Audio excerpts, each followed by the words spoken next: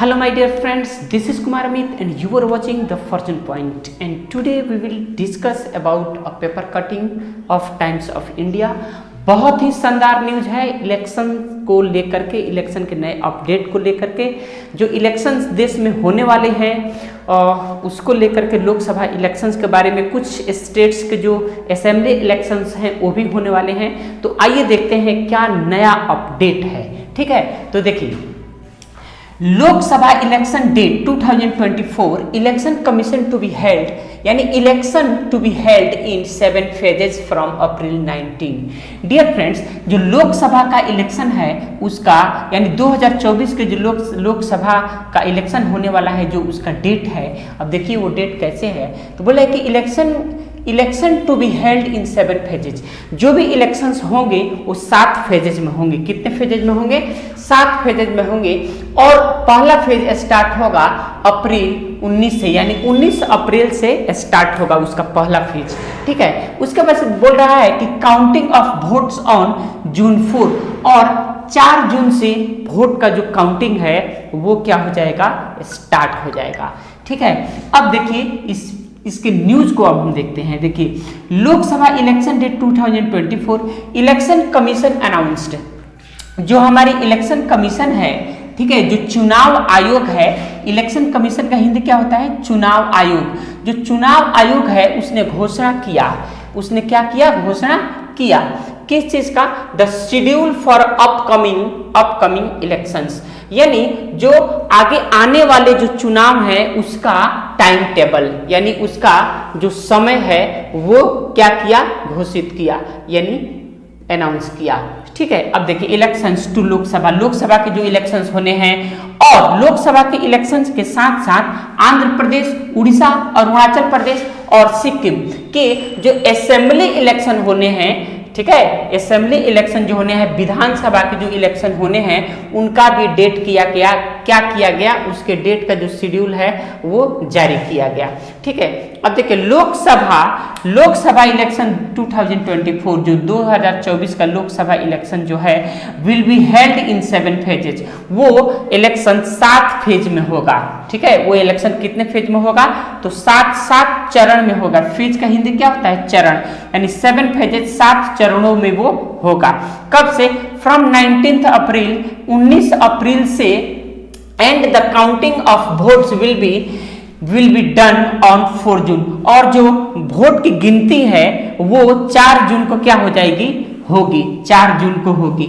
ठीक है, Andhra Pradesh and Orissa assembly election will be held, यानी बोल रहा है कि आंध्र प्रदेश की और उड़ीसा की जो असेंबली इलेक्शंस होने हैं, विधानसभा के जो इलेक्शंस होने हैं, वो होगा 13 मई को। कब होगा?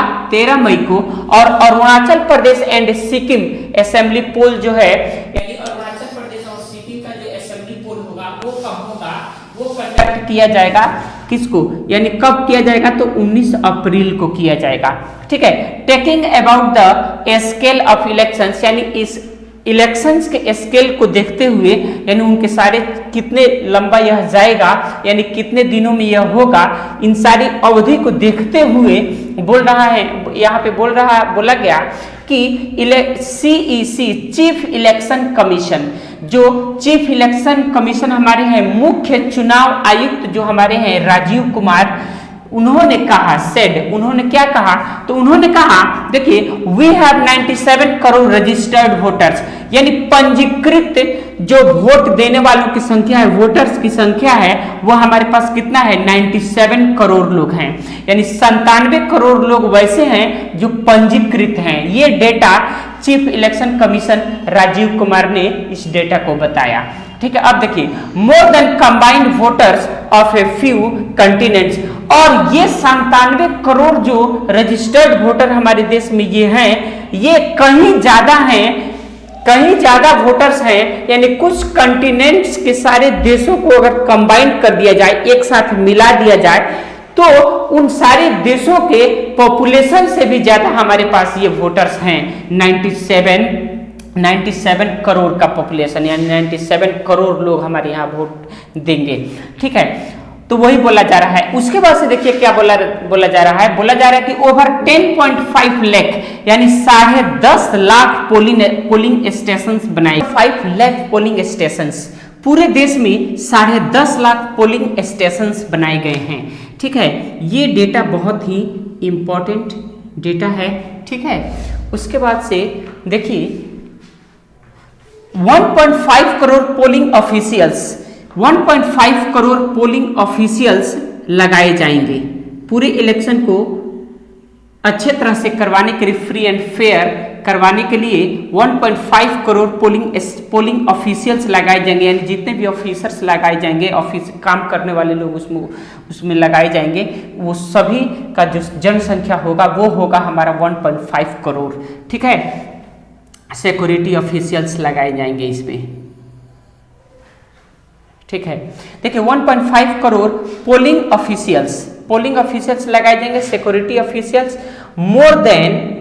बोल रहा है मोर देन 55 लाख ईवीएम्स। कितने ईवीएम्स इसमें इलेक्ट्रॉनिक वोटिंग मशीन का यूज किया जाएगा?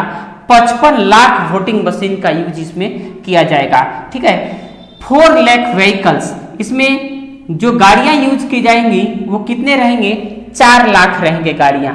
फर्दर आगे उन्होंने कहा, देखिए ही फर्दर सेड, आगे उन्होंने कहा we have 1.8 crore first time voters. अब देखिए जो पहली बार जो लोग वोट देंगे, अपने लाइफ में पहली बार जो लोग वोट देंगे उनकी संख्या है 1.8 करोड़ की संख्या है।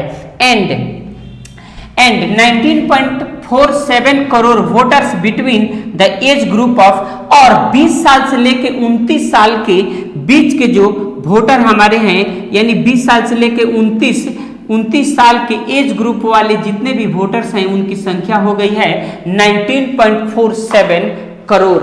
ठीक है, यानी 19 करोड़ 47 लाख की संख्या हो गई है। अब नेक्स्ट देखते हैं 3.4 लाख सिक्योरिटीज पर्सोनल। अब इसमें जो फोर्सेस लगेंगे वो टोटल फोर्सेस की संख्या यहाँ पे दे रहा है कि 3.4 लाख। ठीक है, यानी 3,40,000 फोर्सेस सिक्योरिटी पर्सोनल लगाए जाएंगे। ठीक है, किस काम के लिए? तो इस चीज को वॉच ओवर करने के लिए, यानी इनके देख रेख में ये इलेक्शंस करवाए जाएंगे। जितने भी इलेक्शंस हैं इनके देख रेख में ही करवाए जाएंगे। अब देखिए it starting from 3rd week of April, और जो ये इलेक्शन होगा वो अप्रैल के तीसरा सप्ताह से ये स्टार्ट हो जाएगा। ये क्या हो जाएगा? शुरू हो जाएगा। ठीक है, इलेक्शन कमीशन यानी chief election commission Rajiv Kumar said, यानी राजीव कुमार ने कहा 2100 यानी 2100 इलेक्शन ऑब्जर्वर्स, यानी इस इलेक्शन को जितने ऑफिशियल्स देखेंगे यानी इस पर नजर रखेंगे उनकी संख्या कितनी है? तो 2100 है। 2100 इलेक्शन ऑब्जर्वर्स इस इलेक्शन में लगाए जाएंगे, यानी इतने इलेक्शन ऑब्जर्वर्स ये अपॉइंट किए गए हैं इस पूरे इलेक्शंस को फ्री एंड फेयर करवाने के लिए। ठीक है, तो देखिए इसके बाद बोल रहा है कि चीफ इलेक्शन कमीशन एडवाइज्ड। अब चीफ इलेक्शन कमीशन ने यह भी राय दिया, जितनी भी पॉलिटिकल पार्टीज हैं हमारे यहाँ, जितनी भी पॉलिटिकल पार्टीज हैं सभी पार्टियों को उन्होंने ये राय दिया कि आप लोग सिर्फ फोकस कीजिए इशू बेस्ड कैंपेनिंग पर। इशू बेस्ड कैंपेनिंग पर आप फोकस कीजिए, यानी जो आपका मुद्दा है इलेक्शन के लिए, जो आपके इश्यूज हैं इलेक्शंस के लिए, सिर्फ आप कैंपेन में उन्हीं इश्यूज को एराइज करेंगे। आप किसी पर्सनल अटैक्स नहीं करेंगे किसी भी कैंडिडेट पर, किसी भी जो भी कैंडिडेट है इसमें, जो भी पार्टियां हैं इसमें, उस पर पर्सनल अटैक आपको नहीं करना है। ठीक है, जिससे कि वैमनस्य की भावना और दुर्व्यवहार की भावना एक तरह से कर सकते हैं, दुश्मनी की भावना एक तरह से कर सकते हैं, वो सारा उत्पन्न नहीं हो इसको देखते हुए। तो डियर फ्रेंड्स, ये है मोस्ट इंपॉर्टेंट आज का न्यूज, जिसका कि हम लोगों ने क्या देखा, इसका देखा हम लोगों ने हिंदी, कि हम हिंदी इसका कैसे करेंगे। तो डियर फ्रेंड्स, आई होप कि ये डेटा और ये न्यूज़पेपर का कटिंग आप लोग को पसंद आया होगा। प्लीज चैनल को सब्सक्राइब कीजिए, शेयर कीजिए और लाइक तो कीजिए, क्योंकि थोड़ा हम लोग को इससे मोटिवेशन भी मिलता है डियर फ्रेंड्स। तो और लास्ट में मैं आप सभी लोगों से कहना चाहूँगा कि दुनिया में कहीं भी रहिए, अपने व्यक्तित्व को इस प्रकार से निखारिए कि लोग आपके साथ सम्मानित और सुरक्षित महसूस करें। और हाँ, हमेशा हेलमेट का यूज कीजिए। घर में कोई भी कहीं भी जा रहा है बाइक से तो उसको प्लीज़ हेलमेट कैरी करने के लिए बोलिए। Thank you, God bless you.